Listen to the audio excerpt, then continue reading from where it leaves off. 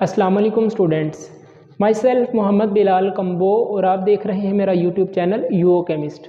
तो बच्चों, आज हम class 9th chapter number 1 fundamentals of chemistry का 11th लेक्चर लेकर आए हैं, जिसमें हम मॉलिक्यूलर मास और फार्मूला मास के बारे में पढ़ेंगे। इससे पिछले लेक्चर में हमने मॉलिक्यूलर फार्मूला और फार्मूला यूनिट के बारे में पढ़ा। तो ये लेक्चर कहीं ना कहीं पिछले लेक्चर से कनेक्ट होने वाला है। तो मासिस पढ़ने से पहले आपको ये पता होना चाहिए कि मॉलिक्यूलर फार्मूला क्या है, फार्मूला यूनिट क्या है, और मॉलिक्यूलर फार्मूला किसके लिए लिखा जाता है और फार्मूला यूनिट किसको रिप्रेजेंट करता है। तो पिछला लेक्चर इम्पोर्टेंट है ये लेक्चर समझने के लिए।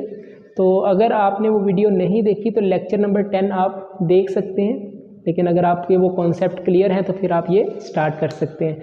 तो बच्चे स्टार्ट करते हैं मॉलिक्यूलर मास से।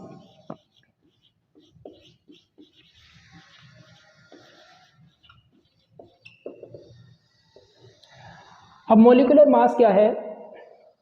The sum of atomic masses of all the element present in a molecule of a molecular substance is called molecular mass. Okay, तो पहले इसकी ज़रा डेफिनेशन लिख लें ताकि आपकी नज़रों से एक दफ़ा गुजर जाए। The sum of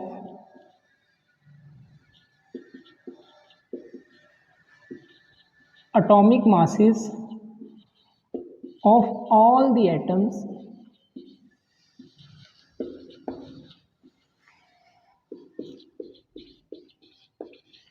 present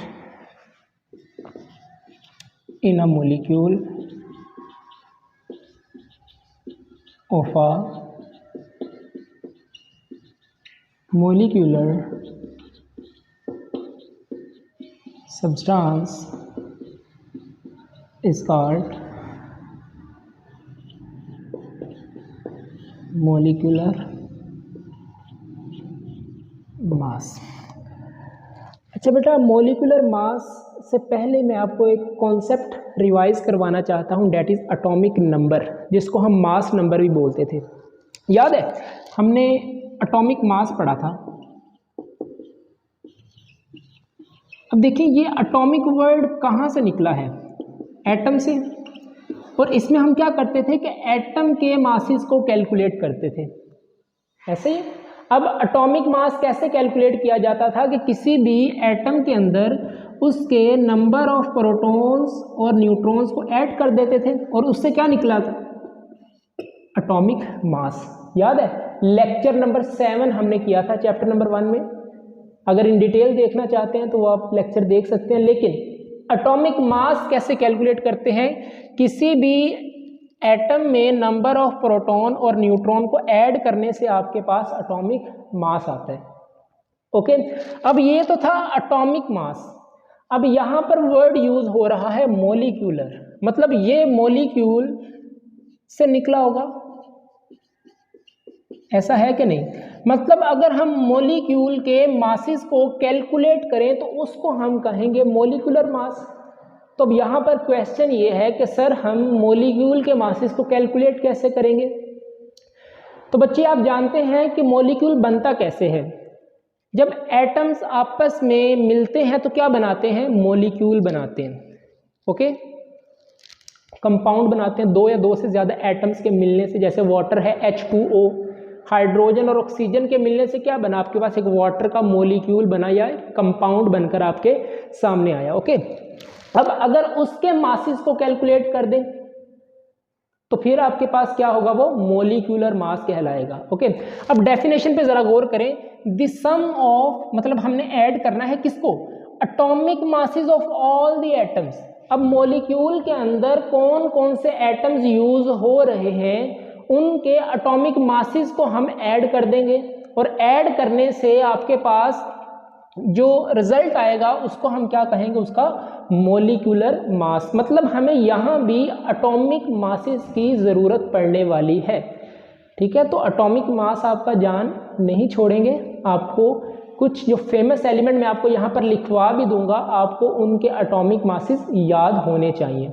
okay, अच्छा, अब कुछ आपको मैं बेटा यहाँ पर एक साइड पर नोट कर लेते हैं, लिखा रहेगा यहाँ पर, फिर हम, क्योंकि आपको यहाँ पर इसकी ज़रूरत पड़ती रहेगी। मतलब एटॉमिक मास तो आपको समझ आया कि प्रोटॉन और न्यूट्रॉन को ऐड करने से एटॉमिक मास होता है, ओके। और हर एटम का एटॉमिक मास जो है वो डिफरेंट है, हम यहाँ पर लिखते हैं, नोट करिएगा बच्चा। हाइड्रोजन का एटॉमिक मास आपके पास होता है 1, ओके। कार्बन का 12, ये नोट करते जाएं, आपके लिए इंपॉर्टेंट है। जो मैं यहाँ पर लिखवाऊंगा ये मोस्ट कॉमन यूज होने वाले एटम्स हैं किसी भी मॉलिक्यूल के अंदर, ठीक है। हाँ, तो इनको आप अपनी बुक पर या जो आप नोट्स बना रहे हैं उस पर आप नोट करते जाइए। तो कार्बन का एटॉमिक मास 12, नाइट्रोजन का बेटा एटॉमिक मास होता है 14, ऑक्सीजन का 16, फ्लोरीन का 18 और सोडियम है आपके पास डेट इज़ 23, मैग्नीशियम का होता है 24, एल्युमिनियम 26 और कौन सा पोटाशियम है आपके पास, इसका एटॉमिक नंबर 19 है, तो इसका एटॉमिक मास होता है बेटा 39, ओके। एंड यहाँ पर आप लिख सकते हैं सल्फर डेट इज़ 32 और काफ़ी है, ठीक है। बाकी जो यूज़ हुआ किसी भी आइटम के अंदर वो मैं आपको बता दूंगा, तो इतने आप नोट कर लें, इनको आप याद रखेंगे, ठीक है। अब जैसे एक आपके पास मॉलिक्यूल है, एग्जांपल ले लेते हैं, एग्जांपल से आपको समझ आएगी। अब कोई भी आपको मॉलिक्यूल दे दिया जाए और आपसे पूछा जाए कि इसका मॉलिक्यूलर मास कैलकुलेट करें, तो कैसे करेंगे? देखें बेटा, लेट्स सपोज फर्स्ट आपके पास मॉलिक्यूल है डेट इज H2O, ठीक है। अब H2 एक मॉलिक्यूल है आपके पास, एटम से मिलकर बना है। अब इसमें कौन कौन से एटम्स हैं? Hydrogen and oxygen, okay. अब हाइड्रोजन का एटॉमिक मास आपको याद होना चाहिए, ऑक्सीजन का एटॉमिक मास आपको याद होना चाहिए। इनके एटॉमिक मासेस याद होंगे तो आपको मॉलिक्यूलर मास कैलकुलेट करना आएगा। मतलब विदाउट एटॉमिक मास आप किसी भी मॉलिक्यूल का मॉलिक्यूलर मास कैलकुलेट नहीं कर सकते। तो आपको एटॉमिक मासेस याद होने चाहिए बच्चों, इसको रट लें, प्रैक्टिस के साथ साथ आपको ये याद हो जाएंगे, डेट इज़ वेरी इंपॉर्टेंट। ये सारे ही आपके पास इंपॉर्टेंट एटम्स हैं जो यूज़ होने वाले हैं। तो यहाँ पर देखो, अब आप क्या करोगे बेटा, यहाँ पर देखो हाइड्रोजन्स कितने हैं? 2, इसके स्टिक्योमेट्रिक कोफिशिएंट में देखो 2 है, तो आप क्या करेंगे कि यहाँ पर 2 लिखेंगे और हाइड्रोजन कितने हैं? 2, इससे मल्टीप्लाई करोगे, 2 हाइड्रोजन है, ओके। तो यहाँ पर 2 और हाइड्रोजन प्लस कर दोगे, ऑक्सीजन कितने हैं? यहाँ पर कुछ नहीं है तो 1 है, तो 1 लिखे ना लिखे कोई फर्क नहीं पड़ता, और यहाँ पर आ जाएगा ऑक्सीजन। अब हाइड्रोजन का एटॉमिक मास हम ऐड कर रहे हैं किसमें? ऑक्सीजन में। ये 2 क्यों आया भला? क्योंकि यहाँ पर 2 हाइड्रोजन हैं। एग्जाम्पल करते जाए, समझ आती जाएगी आपको। अब देखें, 2 इंटू हाइड्रोजन का एटॉमिक मास क्या है? यहाँ से देखते जाएं, 1, ये आपको याद भी होना चाहिए। ऑक्सीजन का एटॉमिक मास कितना है बेटा? 16, ओके। इसको कैलकुलेट करें, 2 1 ज़ा 2 प्लस 16 डेट इज 18 AMU इसका यूनिट है, atomic mass unit. So 18 AMU is the molecular mass of water. समझ आ गया? तो इसी तरह बेटा, इसी मेथड को यूज करते हुए हम मॉलिक्यूल्स के मॉलिक्यूलर मास कैलकुलेट करेंगे, ठीक है। अब हम एग्जाम्पल ले लेते हैं, जैसे आपके पास एग्जाम्पल है बेटा सल्फ्यूरिक एसिड की। यहाँ पर देखिए, ये फर्स्ट एग्जाम्पल थी आपके पास। सेकंड एग्जाम्पल है आपके पास H2SO4। अरे सर, इसमें तो काफ़ी एटम्स यूज हो रहे हैं। देखो कैसे कैलकुलेट करोगे, कौन कौन से हैं? हाइड्रोजन है, सल्फर है और ऑक्सीजन है। तो सबसे पहले घबराना नहीं है आपने, ओके। देखें हाइड्रोजन कितने हैं? 2 हाइड्रोजन है, ओके। तो 2 लिखें, यहाँ पर हाइड्रोजन प्लस कर दें किसमें? सल्फर। सल्फर कितने यूज हो रहे हैं? ओनली 1, तो सिर्फ यहाँ पर आ जाएगा आपका सल्फर। यहाँ पर कुछ नहीं लिखना, 1 है, लिखे ना लिखे कोई फर्क नहीं पड़ता, ओके। प्लस ऑक्सीजन, ये आपने लिख दिया। क्या एक ऑक्सीजन लिखोगे? नो। कितनी ऑक्सीजन यूज हो रही हैं? 4, तो 4 से इसको क्या कर दोगे? मल्टीप्लाई कर दोगे, ठीक है। तो जितने एटम्स हैं उसी से उसको क्या करोगे? मल्टीप्लाई भी करोगे, ओके। अब यहाँ पर देखें, 2 इंटू हाइड्रोजन का एटॉमिक मास 1 प्लस सल्फर का एटॉमिक मास, अरे सर हमें नहीं आता, तो सर ने आपको लिखवा तो दिया है बच्चे, कहाँ पर है, ये रहा 32, तो पुट करो यहाँ पर, प्लस 4 इंटू ऑक्सीजन का एटॉमिक मास सर 16, ये तो हमने रट लिया, वेरी गुड। इसको कैलकुलेट करें ज़रा, 2 1 ज़ा 2 प्लस 32 प्लस 16 को 4 से मल्टीप्लाई करें तो कितना है, 16 4 ज़ा 64, ठीक है, आपकी थोड़ी बहुत मैथ भी स्ट्रॉन्ग होनी चाहिए। इसको आप करें 64 and 32, that is 98 AMU। Okay, so 98 AMU is the molecular mass of sulfuric acid। Okay, तो इसी तरह बेटा अगर आपको एटॉमिक मासेस आते हैं तो आप ये इजीली कर लेंगे। ओके, अच्छा, अब आपकी बुक में बेटा एक एग्जाम्पल है, उसमें आपको नाइट्रिक एसिड का, इसको रेज कर दे, नोट कर लिया है, समझ आ गई? नहीं नोट किया तो वीडियो को पॉज करें और इसको नोट करें। ओके, अच्छा, अब एक आपके बुक में एग्जाम्पल दी हुई है, आई थिंक एग्जाम्पल 1.2 है, और यहाँ पर एग्जाम्पल है 3, that is nitric acid HNO3।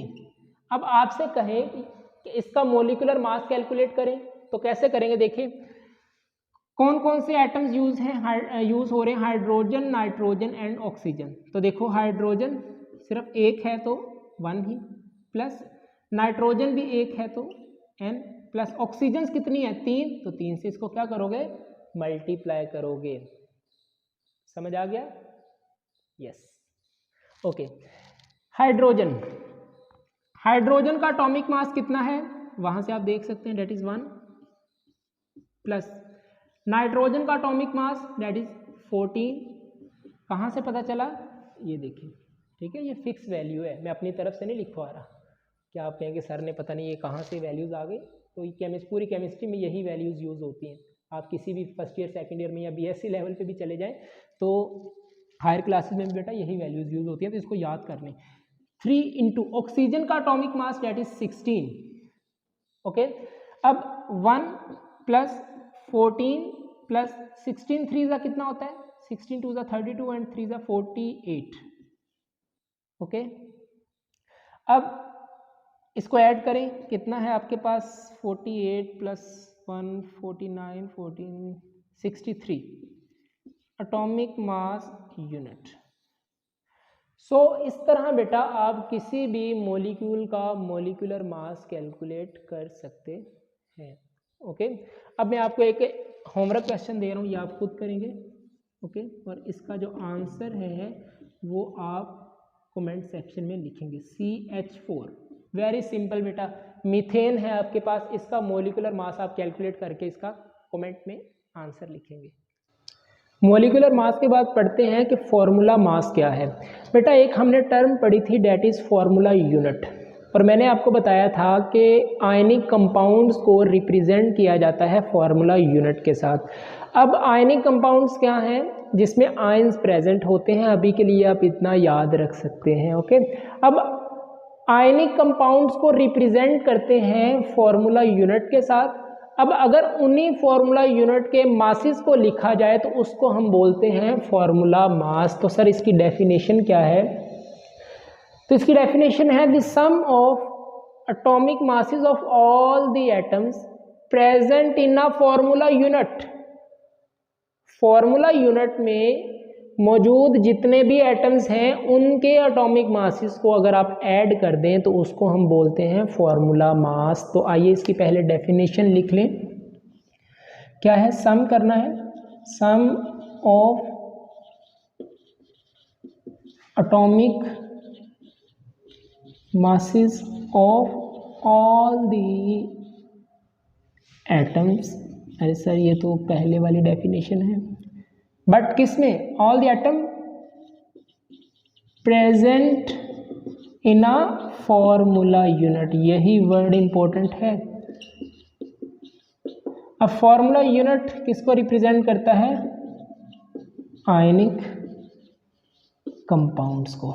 Okay, अब इसकी एग्जांपल देखें बेटा, कुछ नहीं करना, बस टर्म आपकी चेंज होगी है, मेथड आपका वही है। देखें जैसे NaCl है, ठीक है, इसका भी आप वैसे ही कैलकुलेट करेंगे, कोई डिफरेंस नहीं है कैलकुलेट करने का, बस डिफरेंस ये है कि ये आयनिक कंपाउंड है तो इसके मास को जो नाम दिया जाता है डेट इज फॉर्मूला मास, ठीक है, फॉर्मूला यूनिट है। ओके, तो उसका मास क्या होगा? फॉर्मूला मास होगा। कैलकुलेट करने का मेथड आपका सेम है। अब यहाँ पर देखें सोडियम क्लोराइड है, अब हमें पता है कि इस पर एक Na पॉजिटिव Cl नेगेटिव, मतलब ये आपके पास आयंस हैं, तो ये आपके पास एक आयनिक कंपाउंड है। इसका आयनिक कंपाउंड मतलब ये सोडियम क्लोराइड का क्या हुआ? Formula unit. इसका मास कैलकुलेट करेंगे तो उसको हम क्या कहेंगे? Formula mass. I will repeat, this is ionic compound. Ionic compound को रिप्रेजेंट करते हैं फॉर्मूला यूनिट के साथ।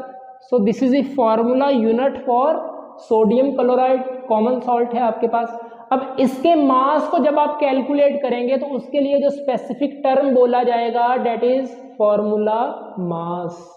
ओके, कैलकुलेट करना है आपने सेम मेथड से। देखें सोडियम है, सोडियम का एटॉमिक मास मैंने आपको लिखवा रखा है, कितना है? 23। तो देखें 23 प्लस क्लोराइड कितना है? लिखवाया मैंने आपको? नो, लिख लें।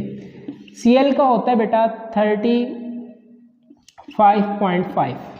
Okay, 35.5 is the atomic mass for chlorine. Okay, अब यहाँ पर क्लोरीन है तो क्या है? 35.5।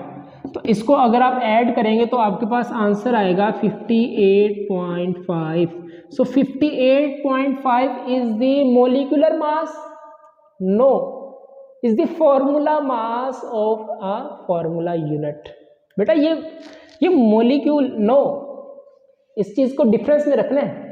आयनिक कंपाउंड के लिए मोलिकुलर फॉर्मूला नहीं आप कहेंगे, आयनिक कंपाउंड के लिए जो वर्ड बोला जाता है डेट इज फॉर्मूला यूनिट, उसके मास को आप क्या कहेंगे? फॉर्मूला मास कहेंगे। तो अगर आप कहेंगे the molecular mass of sodium chloride is 58.5, it is wrong, because this is formula unit.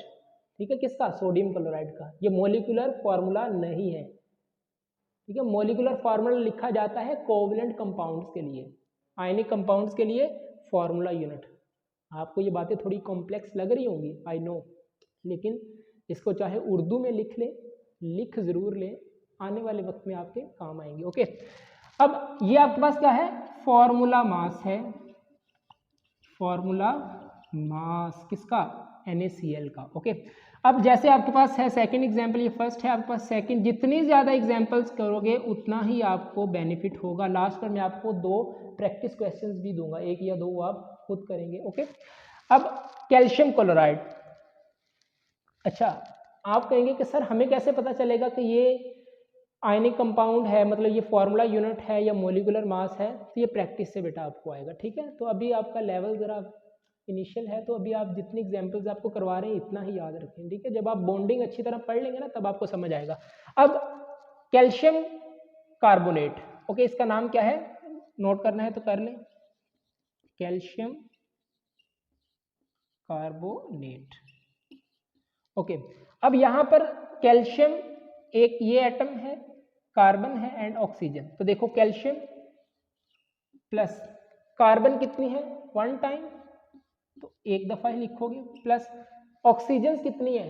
3 time, तो इसको 3 से मल्टीप्लाई कर दोगे। ओके ओके, अब कैल्शियम का एटॉमिक मास कितना है? लिखवाया मैंने आपको? नहीं, नोट करें, डेट इज 40।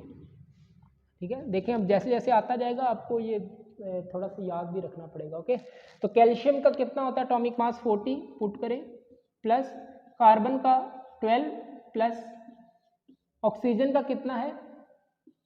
16 पुट कर दें। ओके, अब यहां पर देखें 40 प्लस 12 प्लस 16 3 जा 48। ओके, अब 48 और 12 60, 60 प्लस 40 टोटल हो गया 100। सो 100 is the formula mass of calcium carbonate. Understand? Okay, एक एग्जाम्पल बच्चे और कर ले, फिर जो है आपको एक होमवर्क क्वेश्चन देते हैं और आज का लेक्चर आपका हुआ ख़त्म। ठीक है, केमिस्ट्री के अच्छे अच्छे कॉन्सेप्ट्स पढ़े, जहाँ से भी पढ़े। ठीक है, केमिस्ट्री में क्वालिटी भी चेक करें, क्वांटिटी भी चेक करें। केमिस्ट्री का नॉलेज जिसके पास जितना ज़्यादा और जितना अच्छा और ऑथेंटिक नॉलेज है, उसकी केमिस्ट्री उतनी ज़्यादा अच्छी है। ठीक है, तो लेक्चर से घबराया ना करें, तसल्ली के साथ पढ़ें, कॉन्सेप्ट्स को क्लियर करें, आगे मज़ा आएगा पढ़ने में। थर्ड एग्जाम्पल है आपके पास, डेट इज़ K2SO4। ये भी आपके पास एक आयनिक कंपाउंड है। ठीक है, और इसके ये आपके पास है formula unit of potassium sulphate. इसको आप क्या कहेंगे, इसका नाम याद रख सकते हैं आप, डेट इज पोटाशियम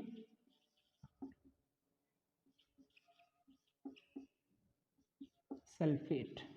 ओके, इसका नेम है।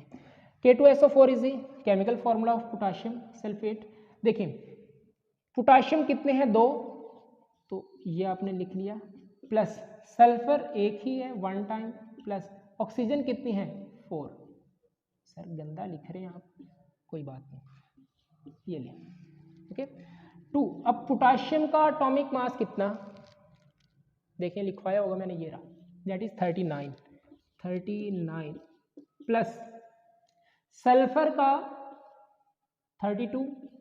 Okay sir, plus 4 into oxygen, तो यार काफ़ी दफ़ा यूज़ हो चुका, लिखो ज़रा 16। हाँ लेकिन 39 को 2 से मल्टीप्लाई करें तो आपके पास आंसर आता है 78 प्लस 32 प्लस 16 4 ज़ा 64। ठीक है, 64 को 32 में ऐड करें, ये तो 78 अगले स्टेप में करेंगे। इसको आता है बच्चे आपके पास 106। ओके 106 को 78 में आप ज़रा ऐड कर सकते हैं। कहाँ पर रफ पे कर लें, ज़रा यहाँ पर कर लेते हैं। 106 है और इसमें आपने ऐड करना है 78। तो 8 और 4 बेटा 4 1 7 और 8 1। ठीक है, 6 और 8 और 6 14 4 1 कैरी चला गया, 7 और 1 8 और 1 इसमें। ठीक है, कैलकुलेशन 32 64 और ये तो ठीक है 78। हाँ ठीक है, तो आंसर आया 184। मुझे कैलकुलेशन में कोई मिस्टेक हो गई तो उसकी माफ़ी है। ओके, कॉन्सेप्ट आपको 100% ठीक पढ़ाया जा रहा है। ओके, तो अगर कैलकुलेशन में कहीं पर मिस्टेक हो गई तो उसकी टीचर को माफ़ी मिल जाए, क्योंकि जो स्टूडेंट्स हैं वो टीचर से गलती हो जाए तो फिर उसका पता ये क्या होता है। ठीक है, फिर उसकी माफ़ी कम ही मिलती है। तो इस तरह करके आप बेटा, ये आपके पास क्या है 184 is the formula mass of potassium sulphate. तो अब एक होमवर्क क्वेश्चन आप ले लें, होमवर्क क्वेश्चन यहाँ पर आपको देता हूँ। देखिए ये आपका होमवर्क क्वेश्चन है, इसका आप आंसर जो है वो कमेंट में करेंगे। ZnSO4 zinc sulphate. ठीक है, अब इसका एटॉमिक मासेस मैं आपको बता देता हूँ। ऑक्सीजन का बेटा होता है 16, सल्फर का आपके पास है 32 और जिंक का होता है 65। ओके, जिंक का आपके पास एटॉमिक मास है 65, सल्फर का 32 और ऑक्सीजन का है 16। तो ये आप इसको करें अच्छे से और इसका आंसर कमेंट सेक्शन में बताइएगा। ओके, तो ये था आपका आज का लेक्चर जिसमें हमने मॉलिक्यूलर मास, फॉर्मूला मास के बारे में पढ़ा। ओके, तो मेरे जो स्टूडेंट हैं जो फिज़िकल क्लास में मुझसे स्काईलार्क में पढ़ते हैं, वो मुझे कह रहे थे कि सर वीडियो में हमारा नाम लीजिएगा। ठीक है, हमारा नाम लीजिएगा। तो बस बच्चों के शौक़ हैं, लेकिन बच्चों में सबके नेम तो यहाँ पर नहीं ले सकता, लेकिन आपके ब्राइट फ्यूचर के लिए बहुत सारी दुआएं हैं। अल्लाह पाक आपको कामयाब करे और उनको भी जो ये वीडियो देख रहे हैं। ओके, तो ऑल दी वेरी बेस्ट, मिलते हैं नेक्स्ट वीडियो में। अल्लाह हाफिज़।